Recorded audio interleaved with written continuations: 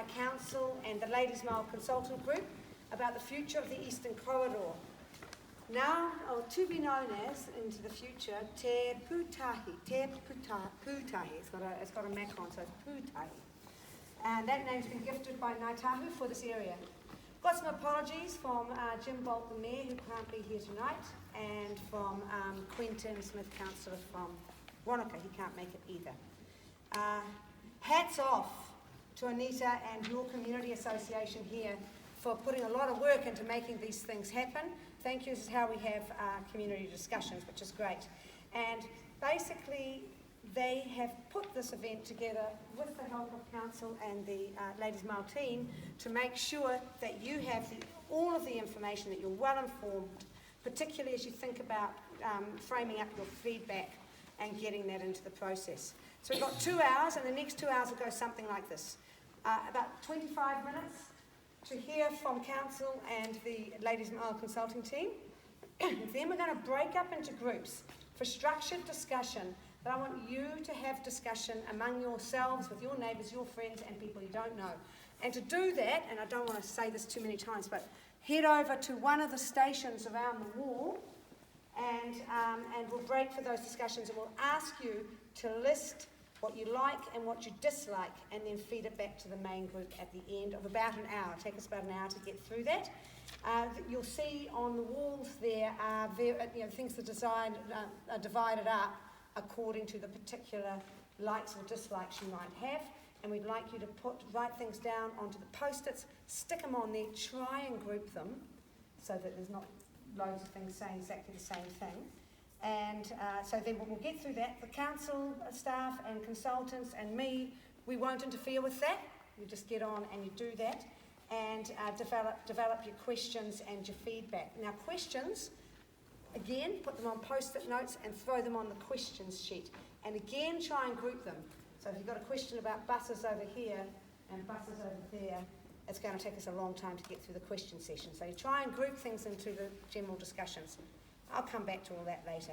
And then we'll get you all back into this main group, and we will have the last 30 minutes together with questions. So right now, I'd like to introduce, please, a General Manager of Planning for the Council, Tony Avery. Thank you. Thank you, Alexa. Welcome everybody, and thanks for coming out. Many of you here may have been here the last time we had this sort of session. We tried to explain where we were with this process. Tonight, obviously Council's made a decision to seek feedback on the Ladies Mile master plan proposal. It is a draft master plan. The purpose of tonight was really set up so that we could take you through, the consultant particularly, take you through on the screen the nature of the master plan, what went into it, explaining the components so that you have a better idea of what the master plan is, what it's supposed to be doing, what we're hoping to achieve. So hopefully that will provide you good information to be able to provide good feedback through the process. There is a public feedback process. It's out for 4 weeks. This is really an information sharing exercise.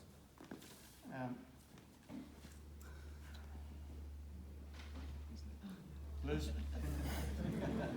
Sorry, while I get the owner of the laptop to put the password in,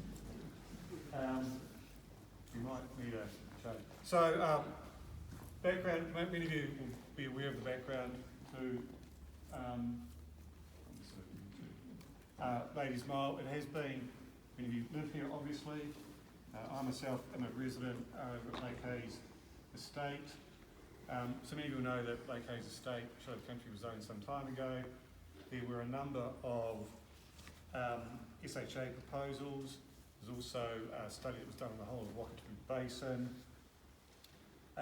All of those have identified Ladies Mile as a potential area for development. Now what's also shown up there is the spatial plan, which the Council's been out consulting on. That consultation process there's hearings in the last couple of days. That's identified what we've called the Eastern Corridor, which is the area shown up there as Ladies Mile, as a potential future growth node for the district as we grow over time. So remember, this is a 30 to 50 year time horizon on this. So over that time we can expect to see some growth. The Ladies Mile process came out of the council wanting to look more closely at doing some proactive planning rather than waiting for development to occur reactively. So that's the basis for this. I'm going to hand across to Bruce Harlan, who's going to take you through from the Ladies Mile Consortium, and we can come back for questions and the process the lectures. Yeah, we'll go right ahead at the moment, so we've got about 25 minutes for these guys. So, and I'll ring that thing, ring for wine, and it'll keep ringing if you go over the time. Thank you. Thanks, Tony. Bruce Harlan's my name. I'm the project director for the Ladies Mile Consortium, and we've been working on this master plan and plan change for a few months now. A lot of you, probably most of you, will recall the 3 options that we put out, I think November last year, for looking for some feedback, and there were some high-level ideas there which had growth going quite close to Lake Hayes. Different options had it pulled back. In between options, we had density near the centre on some of them, we had density close to the highway on others, and density pushed more to a sort of into the back, into a central corridor. So we got a lot of feedback from that, which was really helpful. And that's helped to inform the master plan as we've moved forward. So we've been working to, I guess, a high-level aim for the project, and that's was basically given to us from council in terms of the original establishment report. And the aim is really to see Ladies Mile developed in a way that improves community outcomes, and that's not just community outcomes for the future community, but it's the existing communities that are already in this location. So in doing this, by integrating the transport, the community infrastructure, the placemaking and design, through all of that, QLDC hopes to make Ladies Mile one of the most livable areas in Queenstown. So that's sort of fundamental in the back of our minds as we move forward. So I'm going to hand over to Simon, who's been leading the master plan work itself, and he'll just quickly run through the principles and the plan itself. Thanks, Bruce. Good evening, everybody. My name's Simon Hardy. I'm an architect and have been working on the master plan in particular for this project for the past 8 months. And I guess building on what Bruce has just mentioned around the aim and the goals of this master plan, I guess one of the fundamental things that we've done during this process is to establish a very strong principle-based proposal, which we keep sheeting back to check where we're going and where we're heading with the master plan. So in principle, we'll just go through these very quickly to give you an idea and understanding of the framework in which we've created and set up for the master plan. So the first one obviously is critical for people and movement and yourselves as living in the community. And State Highway 6 and the narrative around State Highway 6 acting as a gateway to Queenstown.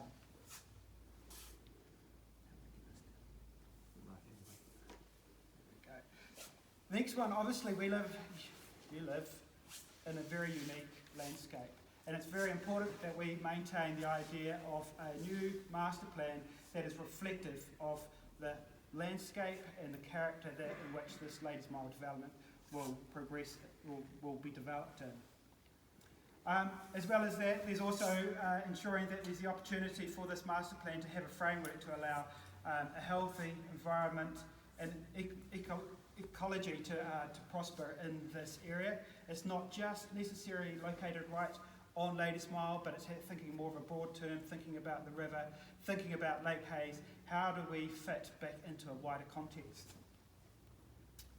And also, highly important for this project is the idea of creating a self-sustained and a connected community. So when we've gone through this process, this master plan process, this has been about thinking about not just Ladies Mile. This is thinking about the community and the wider network and wider framework of communities, peoples and landscape that surround and create the character and the environment in which Ladies Mile sits. Ensuring a sustainable transport network as we move into this next world of perhaps a different type of living where we are living closer together.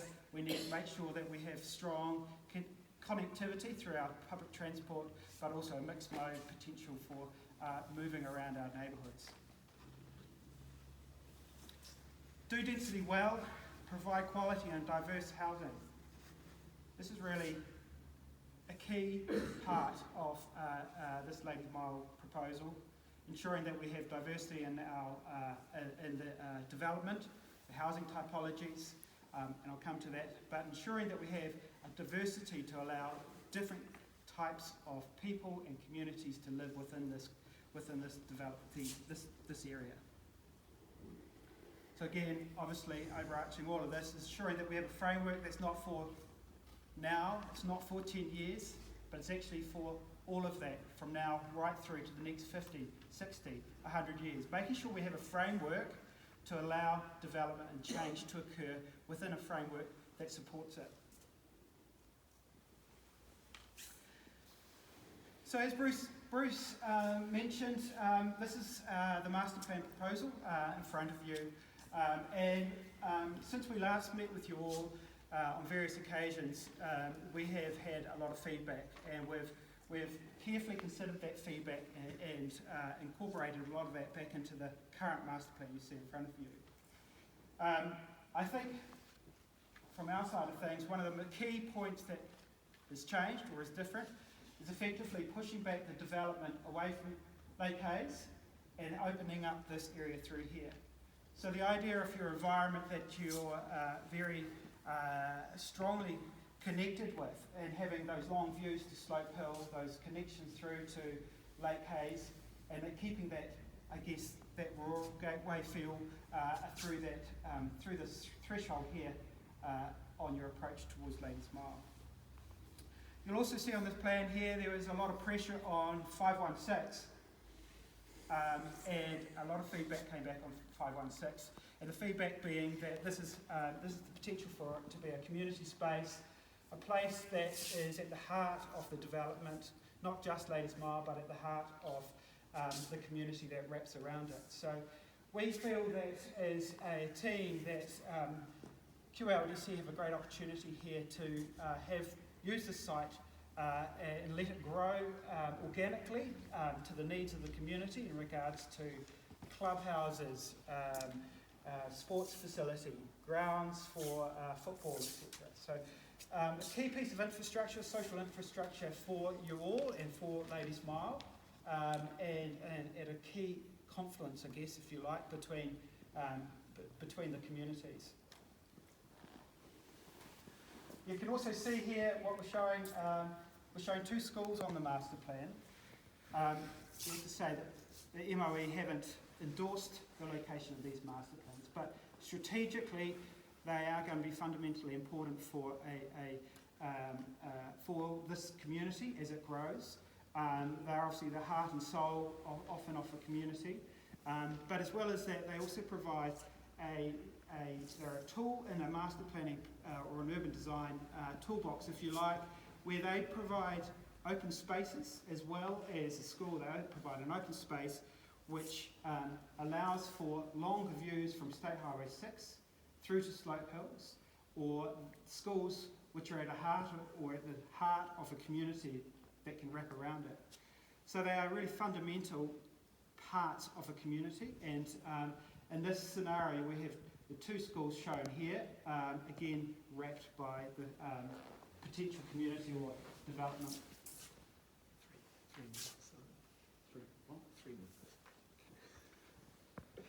So the schools, as I mentioned, they have the long views through, sitting in the heart of the centre, if you like, near the town centre.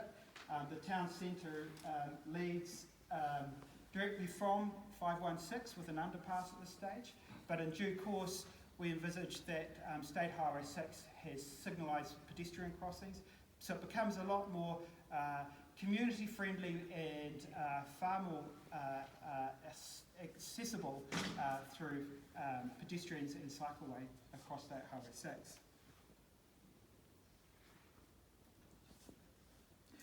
So I'll just talk briefly about the town centre. So the town centre really sits at the heart of Ladies Mile, and it's an opportunity here to have those facilities that allows us to goes to the hairdresser, the butcher, the fish and chips. Those sorts of short trips that we do, that we jump in a car and we go away to do these activities. making sure we have the structure within this master plan to have a town centre that is working for a community, where they can drop into the cafe, they drop into to the butcher, etc. So it's local amenity within the community. In addition to that, we've also overlaid a very strong landscape framework, which is about coming back to this idea of a unique environment, and also crafting and curating a personality or character for Ladies Mile. And we feel strongly that we can use that through the landscape treatment that we do, and having generosity in our breadth of streets, and utilising edges where we can have a lot more strips of landscape which are integrated into things such as the stormwater management system, and maximising those spaces. Just quickly on the stormwater strategy, we've got to deal with flood management and water quality issues. So fundamentally, you've got the green swales that will pick up the runoff from Slope Hill and large flood events, etc., and divert that into those swales, which can also retain water as part of soaking to ground, but also ultimately some of that can be let go through the existing pipe that runs down to the Kawara River. There are also water treatment in terms of water quality for all the urban runoff that will go into a couple of wetland areas that also have additional, I guess, for the large storm events like 100-year events, some flood detention areas. So that basically means that we're not having any direct discharges into Lake Hayes. It's basically being retained, soaked into ground, and also some of it will use the existing pipe network, but it will be treated. Okay, so this one is about density and height. So this plan here is showing one of the key feedback from the community was to ensure that height and density is pushed back from State Highway 6, so we're locating density towards the back against Slope Hill. Keep moving. So what does density mean? Density is a great opportunity to include a variety of housing typologies, be it apartments, walk-ups, terrace houses, or duplexes. But the idea is, with a development that is more vertical than spread out, means that we have the opportunity to use spaces around that where it's open for more green amenity for overlooking and enjoying. So this is just an illustration, but it illustrates what we're talking about, and what we're envisaging here is on these edges against Slope Hill or further back into the development. There are larger apartment buildings surrounded and worked into the network of landscape strategy and framework that we've put in place. So here is the typologies I mentioned, apartments, the walk-ups, the terrace houses, and semi-detached. That's what we're envisaged for the northern side of State Highway 6, in a slightly different, perhaps, complexion for the development that may happen in the fringes that we've identified on the master plan south of State Highway 6. Hi, evening everybody. I'm Colin Shields, and I've been looking at the transport issues for Ladies Mile, and we've done a substantial amount of work, and I've literally got about 2 or 3 minutes just to very quickly run through the work we've done. How do we get across?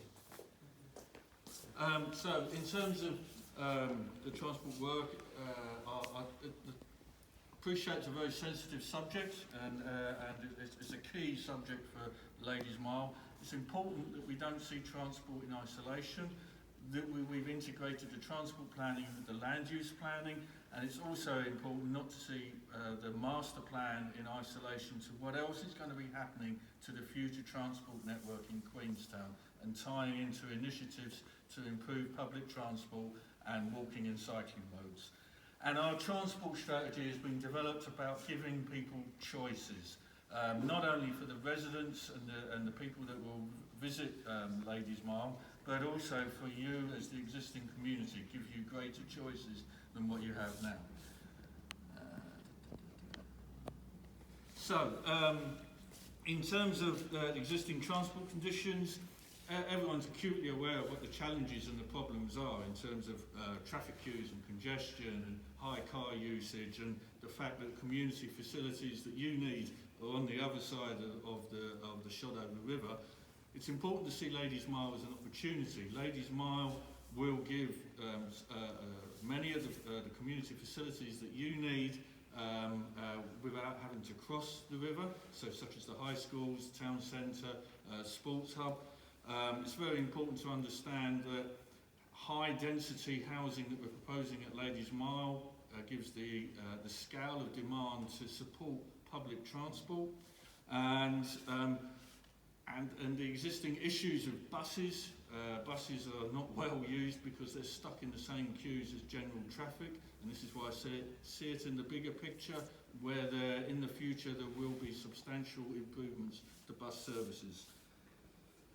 So the transport strategy that we've developed, I'll go to the next slide, is about the accesses. So we have accesses off a Lower Shotover Road, Howard's Drive roundabout, and a new roundabout to the east of Howard's Drive, which will provide access. As Simon was indicating, initially an underpass at Howard's Drive, but also changing how State Highway 6 currently works and calming the traffic on there and providing at-grade signalised crossings so that we can get the connectivity between the communities and Ladies Mile, but also importantly for the Ladies Mile residents to get access to bus stops that we're proposing along State Highway 6. If I go back to this diagram, this shows our thoughts on bus routing. So the blue line is the existing Arrowtown Service 2. The green and the purple lines are rerouted Service 5 to provide a clockwise and an anti-clockwise loop service that connects the communities of Lake Hayes and Shotover Country and Ladies Mile, and will give substantial improvements to bus services along the State Highway 6 corridor, tied in with what the Regional Council are proposing for substantial improvements in frequencies of bus services and bus priorities. We're also looking at, within Ladies Mile and the adjacent communities, looking at introducing car share schemes, carpool schemes, public e-bike share schemes, which have all proved very successful in New Zealand and internationally in terms of giving people the choice of travel instead of having to use the car all the time. So in terms of the transport impact of Ladies Mile, how long have we got? 1 minute. 1 minute, okay. So we have used the council's and NZTA's computer traffic modelling to look at the impacts of Ladies Mile in a future year of 2048. So we've looked at all demands that will happen. The strategic transport model isn't able to model things like walking and cycling. It isn't able to model what is the impact of having a high school on Ladies Mile instead of the existing high schools to the west of the river.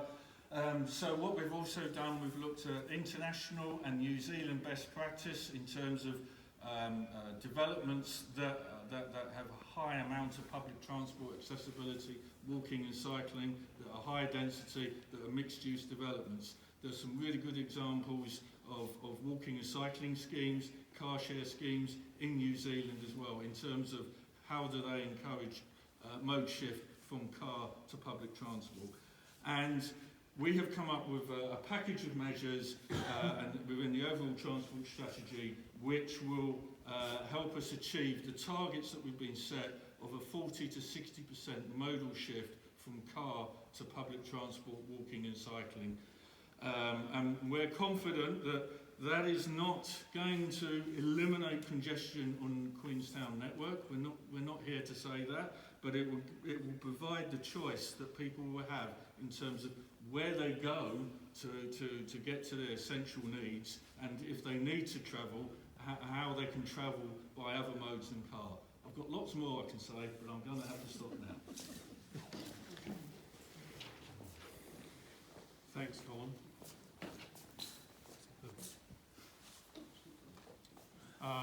Jeff Brown, I'm a planner. The planner's role in all of this is to convert everything that you've heard about the master planning and the traffic into a district plan zoning framework that will actually deliver all of the outcomes that you've just heard about. Just following on from what Colin said, this is not an overnight solution that's just going to change everything like that. This will take a long time to evolve, it'll take a long time to develop, it'll take a long time for the public transport solutions to get the critical mass to make them work. That's why we're talking about a 10, 20, 30, 50 year time frame for all of this. This will all be implemented by way of a variation to the proposed district plan, and the key elements of the variation are going to be a structure plan, and for this there'll be a structure plan that the developers will be held to. So that will have all of the key roads, the key open space areas, the stormwater networks, the protected trees, and various other elements that we want to be locked in to the development. Remember, this is across a lot of land holdings, so we don't want little ad hoc bits of development happening everywhere. We want it all to be coordinated and integrated, not within itself, but also with all of the other communities in the Ladies Mile area. We'll be adopting existing proposed district plan zones, the medium density zone, high density zone, the open space zones, transport chapters and so on, but we'll be adapting them to the local circumstances of the Ladies Mile area. Medium to high density across Ladies Mile is required. There's medium density zone and high density zone and low density zone, and to put that in perspective, the low density zone would yield about 22 units per hectare, medium density would yield about 40, and the high density is unlimited. Now they are maximum, the 22 and the 40. What we want is for the medium and the high density zones to actually deliver that density. And we've got mechanisms and the rules to achieve that. The reason why we want those densities to be there is so that this land can actually accommodate the critical mass of population to make sure that the modal shift works, that the town centre will work, that the open space areas will be frequented, and that there's a variety and a diversity of housing product to complement what is already at Ladies Mile, i.e. at Shotover Country Estate and at Lake Hayes Estate.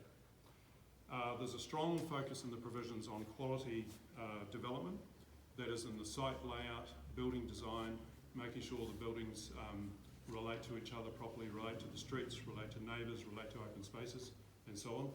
And the last point is that there are key infrastructure items that are required before development can take place. So that's the key roundabouts, the key roads, the pedestrian links, and other linkages. So we want them to be in place before development is actually happening, and that will be staged as things move on. And that's all I have to say about planning, but we'll look forward to questions later on.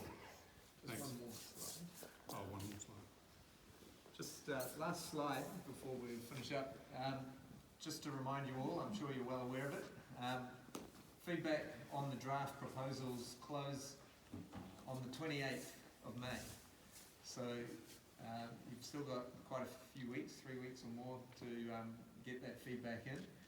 Through June, that feedback will be considered by us and council, the council project team, and we'll be reviewing that and deciding how we respond to it and what changes need to be made. That will go to council at the end of July for a decision on whether they'll accept that updated plans, and not just the master plan but also the plan variation. And then post-July, if council does adopt it in terms of the plan change, then that goes through its own formal statutory RMA process, so there'll be more opportunity to submit and feedback on that. But no decisions obviously will be made on that until July. Thank you. All right, thank you very much, and thank you so much for staying in the time frame, which you did brilliantly. And there was a huge amount of information there that we've taken on. And I don't know about you, but I've seen a very different set of plans than we saw a few months ago when we were in this room again. So it's pretty interesting what's going on in this process. So now, on feet, if you're happy to, take chairs if you need to sit down, and move around into groups there's quite a few of us here, but there's 1, 2, 3, 4, 5, 6, 7, 8, 9 or 10 stations around the place. I can't count. But and if you just divide yourself into groups and go to those stations and start thinking about discussing with each other what you like, what you don't like, what you'd like to see changed, all of those sorts of things. So that's what we want to see you do now. So please, get on your feet, find some friends, or find people you don't. In particular, felt very strongly about whether you could actually put walking and cycling route underneath the bridge. So there was, because at the moment everyone goes round and it's not so direct. And there was a lot of discussion about how public transport was going to work in regards to the bridge and the congestion at the moment. Medical facilities obviously came up quite high here on the dots. The other big concern that people had was around developers actually delivering on the aspirations of the plan and whether they're going to be held to that and whether the rules are going to be tight enough that they're actually going to deliver. And also there's concern about affordable housing and designing the housing to suit people living in Queenstown. That's different types of people, be it hospitality workers or professionals or empty nesters, whoever you are. That's probably enough, Gavin. That's Yep. 3. In fact, I think it might have been 4. Okay. But thank you very, very much. Great thinking from that group. Dan, can you add to that rather than repeat anything? If anything's nuanced, that's fine, bring it up. But Yeah, one thing transport. first. Gavin, was there anything you liked? Lots of things. Oh, good. Transport was overwhelmingly our group's biggest concern. Our primary driver was that the transport congestion is solved before any building progresses. The shops were seen as a positive. That would also help, hopefully, shops and amenities such as the school, hopefully reduce the amount of traffic on the road to some extent. And the other amenity we felt was important would be parking for high density and also some storage for toys, which this area is known for, is key. That's nice. Thank you. Awesome. Next group down, please. I've got one before you start. Yep, the 3 main things that came out for us is affordability of housing, arts and music spaces, and a second bridge. They were the top 3 Thank by you very far. much. So was there anything your group liked? Yeah, lots of things. Lots of things Yep. again? Lovely. Simon? What's your group? Overwhelmingly, the big conversation was around buses and transport. Is probably the key concern everyone has, just around the demographics we've got currently in the area at the moment. You know, obviously shot over, there's a lot of younger kids, and then sort of late A's, there's, you know, sort of those next level kids sort of coming up, and then you think about that, what's it going to look like in the future? And so if you're trying to take kids everywhere, how does that actually work practically? And if you're a tradie and you've got your vehicle, you know, how's that going to work? So how are the buses really going to work for, you know, the future, I think was the key concern. And please make sure we have bus stops that have enclosed shelters. We live in a pretty cold place in winter. It's probably something they thought a little bit more. And then obviously around the amenity stuff, absolutely having community activities on 516 was a no-brainer to stop going across the bridge.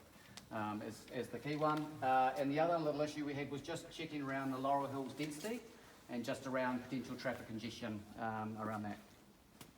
Lovely. Thank you very much. We over this side. Here, please. Anything to add? I mean, it's great.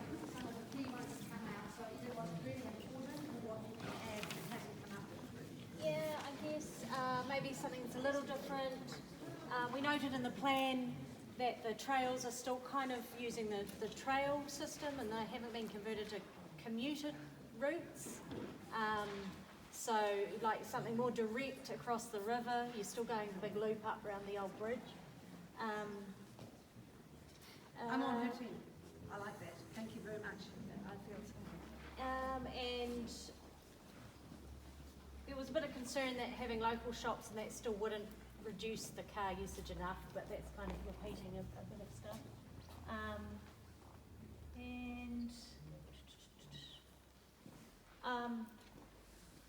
I guess to be positive though, the likes are around having the high school and things over here and allowing kids to bike to school and things like that. So that sort of resonated with people, moving things closer.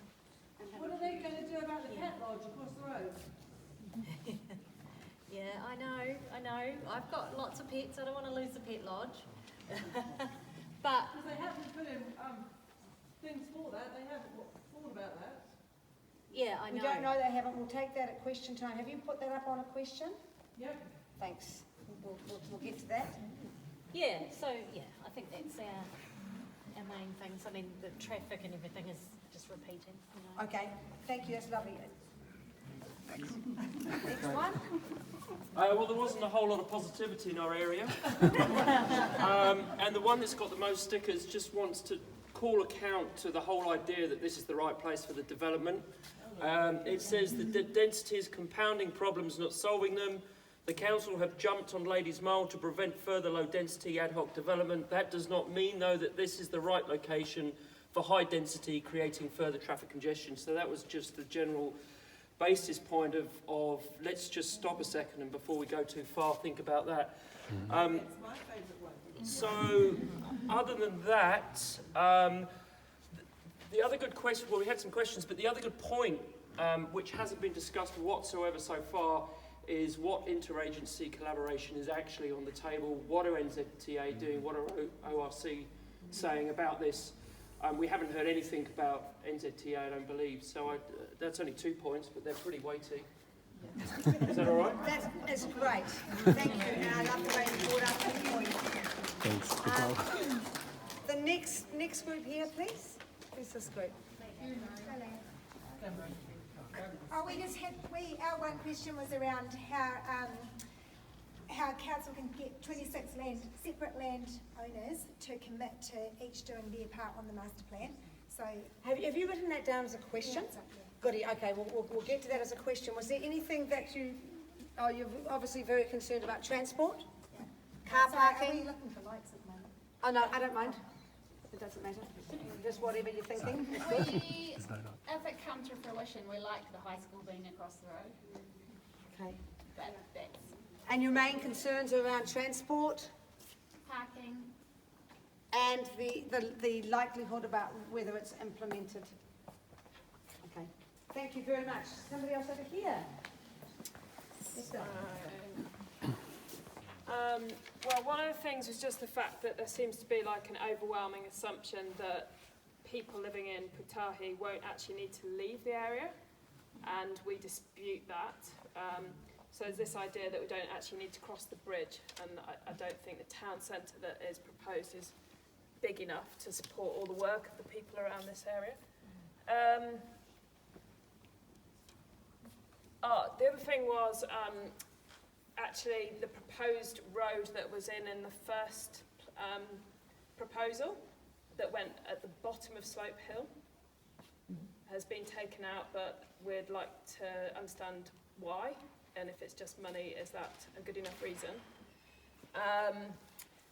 And yeah, there's just comments about things like the missing component is the work in the work, play and live, that it doesn't fit.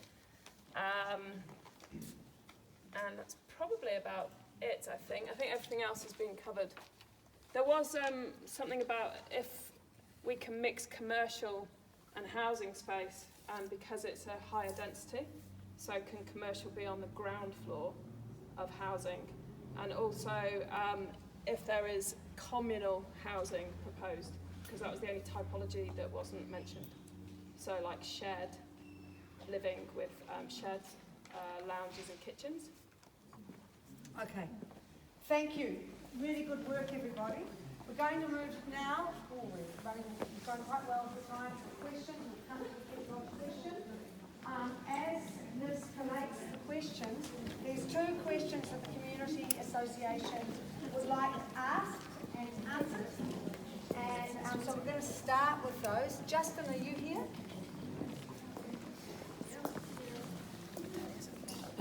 Maybe you could, there.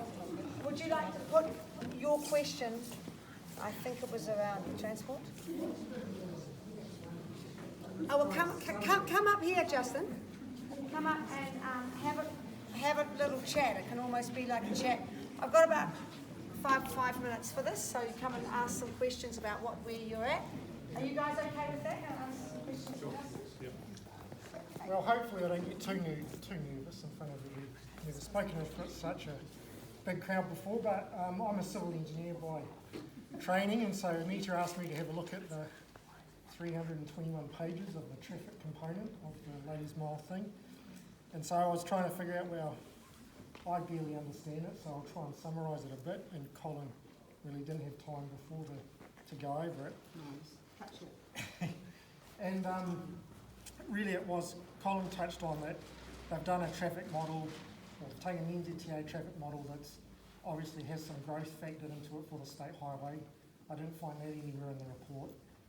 That's projected out to 2048. Sorry, can you speak up a wee bit? I'm trying my best, sorry Simon. So NZTA took a traffic model that they've got, or the consortium took the traffic model that NZTA have for traffic that they predict will occur in 2048. And then on top of that, they factored in, let's have another 1,800 units on Ladies Mile, let's have as option 1, and let's have another 2,400 units as option 2. And in that model, Colin can correct me if I'm wrong, they're assuming that 22% of the traffic mode will be by public transport. Correct. So, and then under that model, the queuing at the bridge would increase by 1 kilometre in the AM peak and 1.6 kilometres in the PM peak. Then once you looked at the increase of the houses under both option 1 and option 2, if the public transport usage hadn't increased or doesn't increase, then it actually decreases to be 11% of that traffic flow. We'd end up with a 5.5 kilometre queue in the morning and a 7 kilometre queue in the PM. That's total queues. It's a little bit ambiguous. Let's have, can we just listen please? Yeah, and then... And then I guess... but we actually need to get this information so that we understand what we're talking about. Colin, could you tell us what was meant by those queues? Right, so the strategic model, we didn't use the model. I'll stand up, sorry. Sorry, boss. The NZTA consultants ran the model for us. So you're right, Justin, in what you've presented so far. Yeah. The strategic model doesn't identify queue lengths. What they did was a manual calculation on the queue lengths, which looked at the scenario where you've got, as you said, either 1,800 homes or 2,400 homes. That's correct. But the 5.5 kilometre increasing to 7 kilometre queue is not on State Highway 6. That's all the queues in their network. Okay. And that was based on an assumption where they reduced that 22% modal share by bus by half. They also did another analysis where they increased the modal share and the queue lengths were no worse than what they were without Ladies Mile development.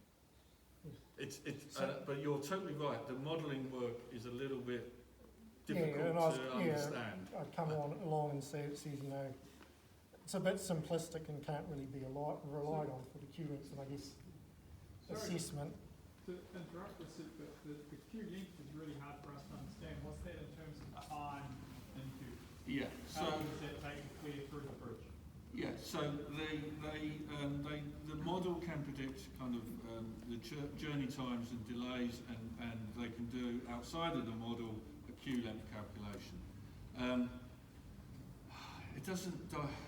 The transport model is a computer model.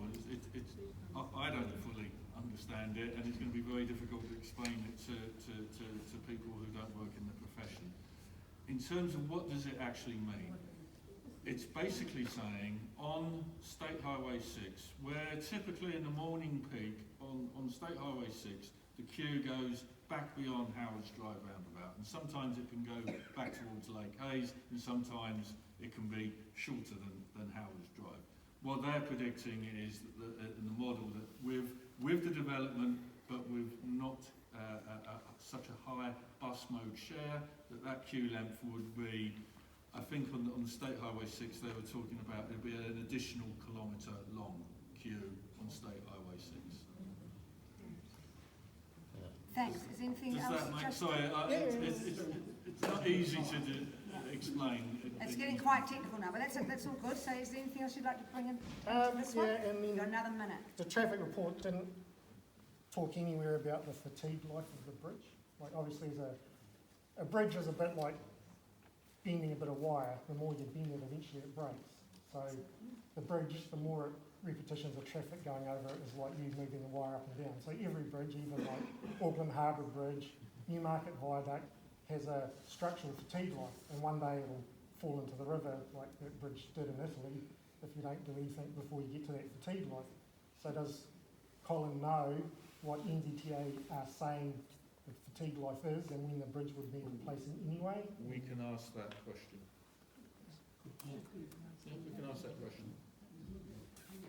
I think it's fair to say that from what I've heard from NZTA is there's still plenty of life left in that bridge, and but exactly when it needs to be completely upgraded, Yeah, I think so it's many decades into the future. Yeah, well, I guess we need to know where that point is, because there's no point in spending all this extra money if the bridge is causing the issue. We may as well be spending it on replacing the bridge.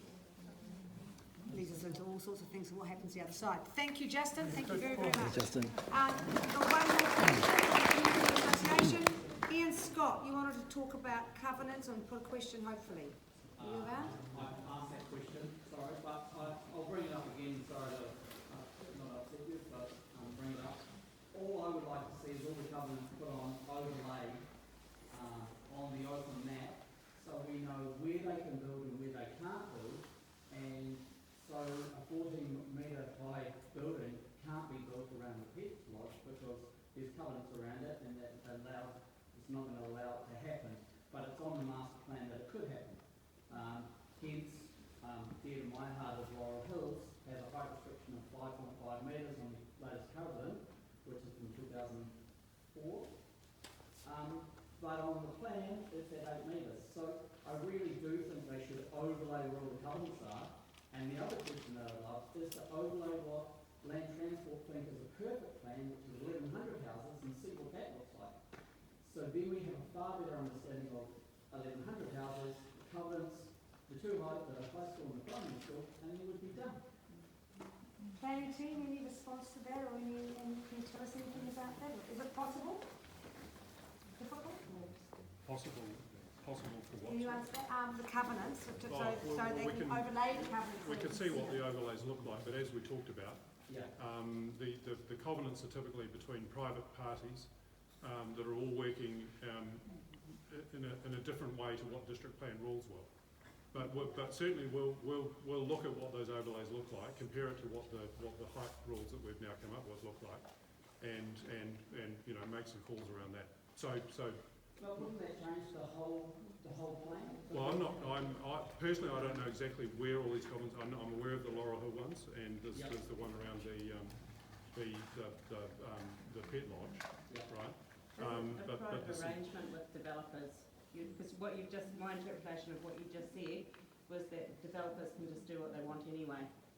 They don't have to abide by No, not at all. They've got district plan rules to deal with, but if there's a covenant there that prevents them from doing something that other parties are also involved in, then the developer wouldn't be able to do what the district plan would allow them to do anyway, whether the height is higher or lower or the same. Can I ask a clarifying question here?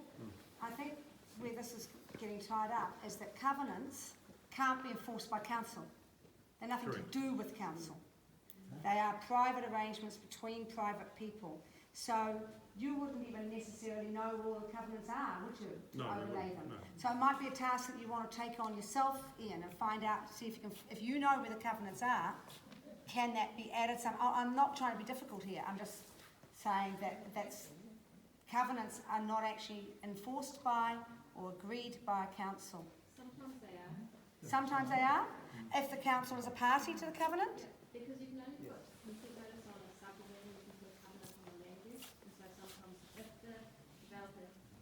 could you stand up and just explain that for us, please, Jim? But yeah, so a covenant can be put on as an agreement between the council and the development. But the council in that case is a private party, it's not enforcing it through the district plan, is that correct? Well, it can still enforce it. Okay, Tony? So we have major difficulties as a council enforcing private covenants. It's a simple fact. Although the council might agree to covenant, and sometimes developers will add covenants in to get, particularly in early stages of development, to develop over line because all these controls around them. They're not enforceable by the council, only enforceable by those people that are subject to the covenant. So you did really well with enforcing the fee type. That wasn't a covenant, that was a law of district plan. Oh, was it? It was a really good example, most people know this. Open fires, it's a rule in the side of the country. It's a covenant in Mackay's estate, and council cannot enforce that covenant. It's a very good example of where covenants are not enforceable by council, unless council has some interest in landholding that's also subject to the covenant, and it's very limited. That is a really useful explanation. So we can take that away and have those discussions and put the questions later around that through your emails or whatever other system, but understand that it's a complex situation. Okay. So we also need to deal with the pet lodge question. Could somebody please explain for me what's happening with the pet lodge in terms of the plan? The pet lodge can stay there because it's got existing use rights. It can stay there as long as it likes, right? We've got rules around if it's going to be upgraded, then some consenting will be required in terms of reverse sensitivity around the neighbouring properties around it. But there's nothing there that would stop it from being there for as long as it wants to be. Can I just ask a question again? Just recently, we've been working with NZTA to look at the fourth leg off Howard's Drive to relocate our driveway, which is 70 metres from Howard's Drive. Yes. Consideration was given to protect the operation of our pet lodge, and your Ladies Mile Consortium and council blocked accepting the suggestions of mitigating the adverse effects of that intersection on our pet lodge. Now, the problem I have with that is that that's all very well to have a historical right, but when the rules start changing around our pet lodge in regard to that, you have landed us in a situation where we can't protect the operation of the pet lodge, which is 3 metres, my kennels, from the unformed paper road. You also, when you do a zone change, will put me from a rural general area, where I actually operate the pet lodge, into a totally different environment. You open us up, just like these covenants, to individual landowners that have got preferential treatment in regard to their business investment, and you basically close my business. I don't think this is something that can be answered in this forum, but thank you, Kerry, for raising the issue, and I don't believe it's something that can be answered by this consulting team. Otherwise, I would delve into it, but that'll have to be answered somewhere else, I should imagine, with other sorts of people than us. Okay, so we're going to move into the questions that have come from the floor. We've got a few minutes left. How do you make 26 landowners comply with the master plan? And what happens if they choose to do what their land is? I can't read your writing, Anita. Where is she? Anita? What it says, and what happens if they choose not to do what their land is something for? Zoned for, zoned.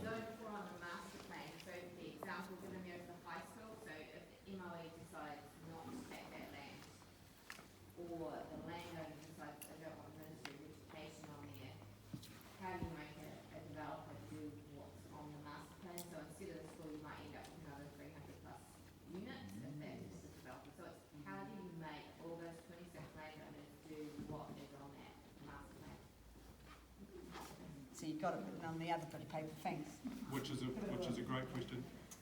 We've devised the rules so that not complying with the structure plan is a non-complying activity. So that puts the developer into a very stringent process if they even want to try and breach the structure plan. It would be publicly notified, it would go through a hearing, they're going to have to come up with a lot of good arguments as to why they should be allowed to breach the structure plan. And there's then the precedent. If someone does it, then, you know, does that just open the door for everybody else to do it on a non-complying activity? So the test for a non-complying activity is they have to meet the objectives and policies of the plan, and they have to make sure that the effects on the environment of what they're doing are no more than minor. So we've got what we think are pretty stringent objectives and policies written into this to make sure that the outcomes that we've been talking about through the master plan, filtering down into the structure plan and then the objectives, policies and rules will actually be delivered through the mechanisms we've got. Hopefully that's answering your question. I think I got the picture. Good. So I'm assuming other people did too. Next, is the park and ride at the corner of Ladies Mile and Howard's, you know, at the corner there, or Howard's Drive, is that off the cards now? So, sorry, what I didn't have time to explain was our stance on the park and ride. What we, as the master plan team, have suggested is that the park and ride can be there as a temporary measure, as a shared car park, as part of the community hub and the sports hub, because typically the times of usage for a park and ride would be different to the times of usage of a community hub and sports hub. We understand the council, who are promoting a park and ride, are looking at the option of a park and ride further east as opposed to Ladies Mile. So our position as a master plan is, yes, if the council want a temporary park and ride, it's a shared, making the best use of a car park that will be there for the community hub and the sports hub as a park and ride, if they want it as a park and ride. If it goes in there, does that mean another roundabout out the front between the entrance to the country club and into it? We're not. How do you ensure the safe feed in and out from the property? That can work on a priority intersection, and that's what we are suggesting on our master plan. The traffic movements are quite small for the community hub and the sports hub, and what's coming out of the country club. Not in the Howard's Drive traffic in both directions, and you've got buses going in for a bus hub as well. The bus hub. A temporary bus hub. Oh, for park and ride? Yeah. Yeah, that would be just the existing bus services going into. We're confident that the priority intersection will be sufficient. It wouldn't need a roundabout. It wouldn't be the traffic flows required for a roundabout. All right. Anita, you have got some questions. Does everyone know Anita from the Community Association? Are you chair? Is that what it is? I am, yeah. Oh, That's my lovely job. So I'm going to read these only because I've been doing them down there, so I know a little bit more than Alexa. So this one is around Sylvan Street. Obviously there was a lot of feedback on Sylvan Street with the first plans. So the questions around that are, what is the time frame for establishing the Sylvan Street link? Will it just be for buses or will it also be for walking, cycling or the general public? And then why was it needed, and couldn't you explore the option of the paved roads through connecting out Elk Robbins to provide another in and out for Lake Hayes Estate? So there is quite a few questions on there, but hopefully. Someone talk about Sylvan Street. Okay, well, I can probably answer some of the questions. I don't know if Bruce, you want to chip in as well. So time frames. Let me explain the rationale behind the Sylvan Street link. So I think I'll answer the third question first, if that's okay.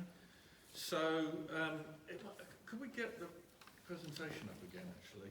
Liz, going to need your password. Liz.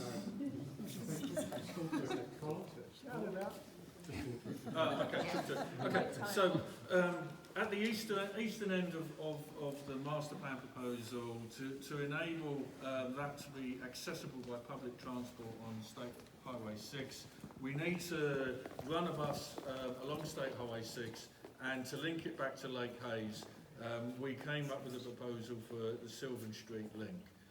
So it's required for the eastern end of the master plan area. So the timing of provision of that link is that it will be provided when the development starts to the eastern end. Cannot tell you what year that will be because we don't know how the development will be phased, but that's the rationale. It will have a shared footway and cycleway on Sylvan Street. So to answer the question, will it have walking and cycling? And we have also, within the traffic model, assumed it will be available for all vehicles to use, not only buses. In terms of the paper road towards Alec Robbins, I can't answer that one. Well, that's further east. Yeah. I mean, that's... Has that been considered? Does anyone know?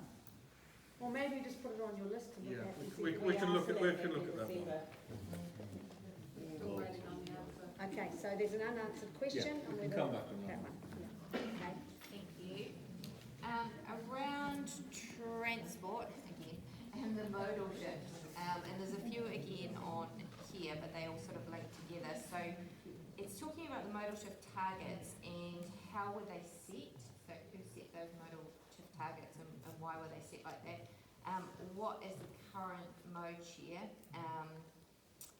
And I think you actually said that the target, what are the target dates for the modal shift?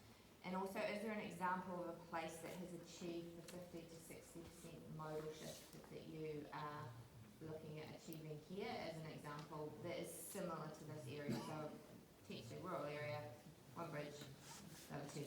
Okay. So I've got three questions there. Where were they set? What's the existing? And there was another thing that you said. How were they set? What's the current situation? Yeah. And the target dates for the modal target shift. dates, right. Yeah. Okay. And then an example. Yeah. Okay. Right. So the original targets for 40% and 60% have been documented in various Queenstown documents by the council and NZTA, and that's based on some original work that was done by the council and NZTA on a housing infrastructure fund bid back in 2018, which is where the 1,100 homes came from. And also I'd like to clarify something that's been in the local press. I think the Crux that have said NZTA object or do not agree with the Ladies Mile Master Plan. That's not correct. It's in reference to a document that was produced by the council and NZTA that basically said 1,100 homes could be accommodated on the network, but to achieve a greater amount of homes would require, across Queenstown, a mode shift of 40% by 2028 and 60% by 2048. Not just for Ladies Mile, but the whole of Queenstown, in order for the transport network to be operating efficiently into the future. So that's where those... A change of 40% of people that currently use their car to drive to work, to shop or to school, to move to public transport, walking or cycling. Okay, so that's where it's set, and that's how it was set. That's how it was set because they used transport modelling to predict what the demands will be in the future. Existing, I can tell you from the 2018 census data that 80% of work trips from Lake Hayes Estate and Shotover Country are made by car.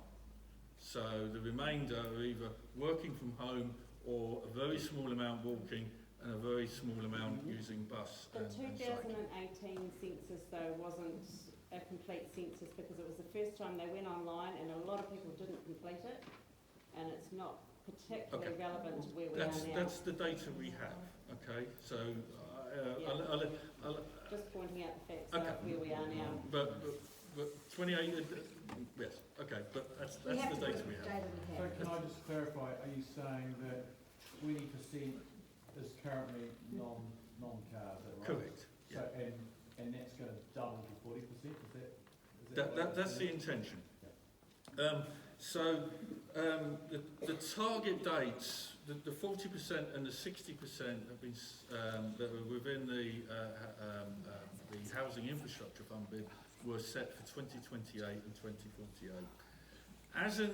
And we have adopted, as part of the transport strategy, we've looked at the modelling work that's been done, and we've looked at international best practice, and I'll come on to that in a second. and we've looked at the redistribution of trips that are currently from Shotover Country and Lake Hayes to schools across the river, and we have identified that we can achieve with our proposals and working with NZTA, the Regional Council and the Queenstown Council, we can achieve about a 53% mode shift from car to public transport, walking and cycling, and trips that remain within the development. As an example, Queenstown's sister city is Aspen in Colorado. And Aspen has a lot of similarities to Queenstown in terms of it's an international tourist resort where people come as tourists to the town. It has only one route in and out of town.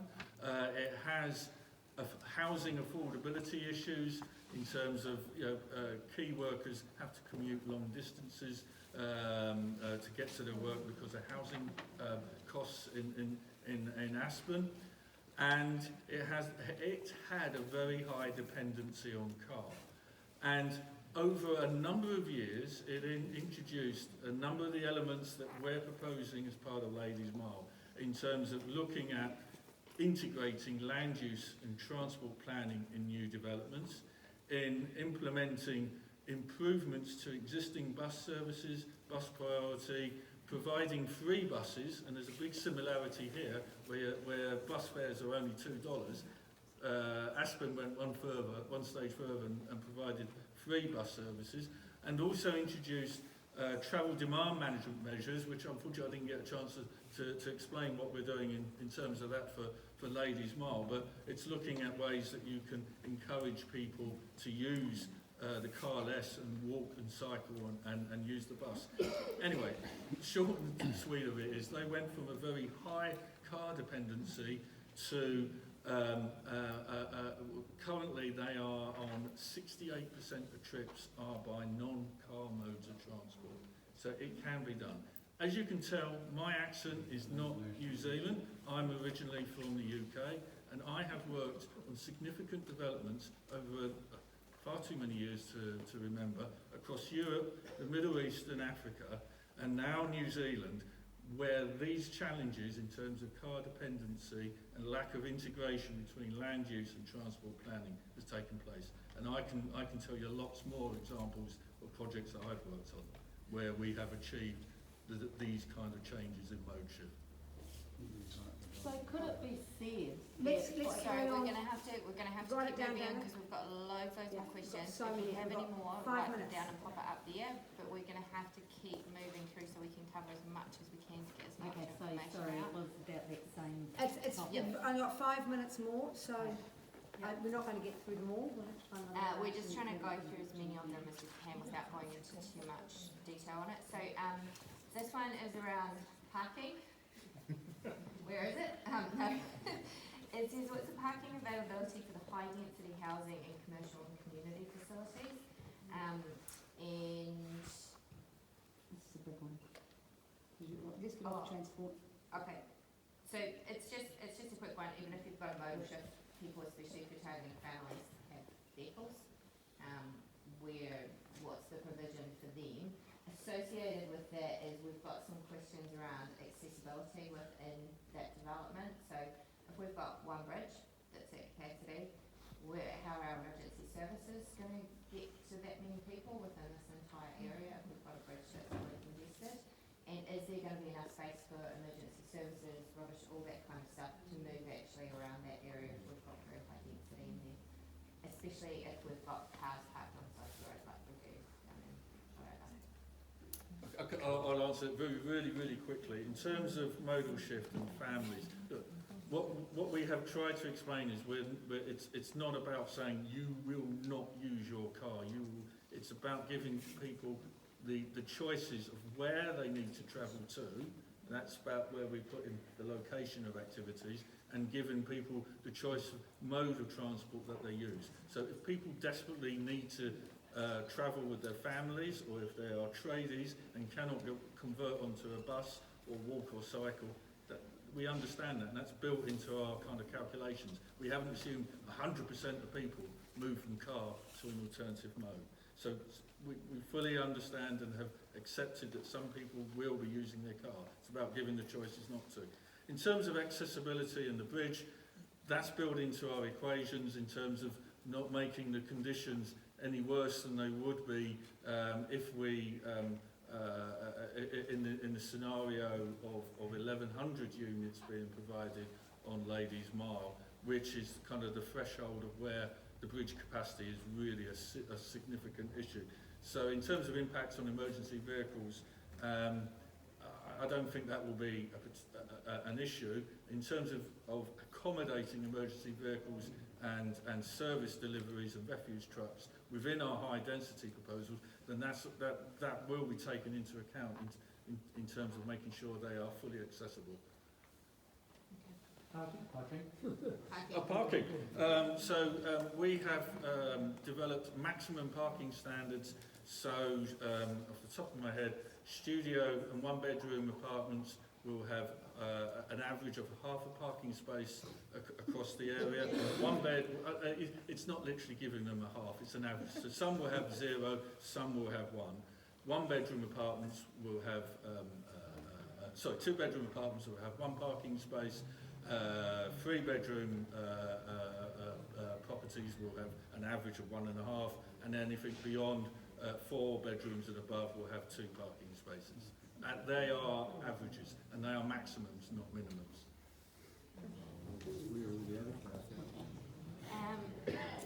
Nikki, we won't get to questions from the floor, I'm afraid. We're actually out of time. Always waiting to play soccer. Yes, there is. One more question that's on here, so it was actually put down quite a few times, is NZTA on board with 2,400 units? Okay, well, given that they run these. Yes, we are talking to NZTA, and they are ongoing discussions. They have not said no, despite the recent press articles. They have not said no, and we are in regular discussions with NZTA and the Regional Council, and obviously Queenstown Council. People, thank you very much. We've run out of time. There are many more questions. If yours hasn't been answered, I'm really sorry. I hate to give the Community Association another job, but they may have to delay some of this. Maybe there'll be some help. Can you? Yeah, so what we'll do, there is still a lot more questions. There's a lot there, a lot around the same stuff. We will actually put all them together, like we did last time. We will condense them down a little bit and we'll get the answers for you. So if you didn't sign the sign-in checks when you came in and you would like to receive that information, if you can put your name and email address down on that on the way out, and we will do our best to get those answers for you and get them out to you as soon as we can. Tony, got a couple of words? I just want to say thank you for making the time to come out. We know that this is a pretty comprehensive and parts of it difficult to understand proposal. Hopefully we're going to provide some answers. We recognise we haven't provided all of them. Remember that this is open for feedback until the 28th of May, I think it is. So really keen to get your feedback. We will work with the association to pull that information together. If you look for information, it's on Let's Talk, the QLDC communication or consultation website. Encourage you to look at that and provide some information around that. But just once again, thank you for making the time to come out tonight. We know everyone's busy. Thank you.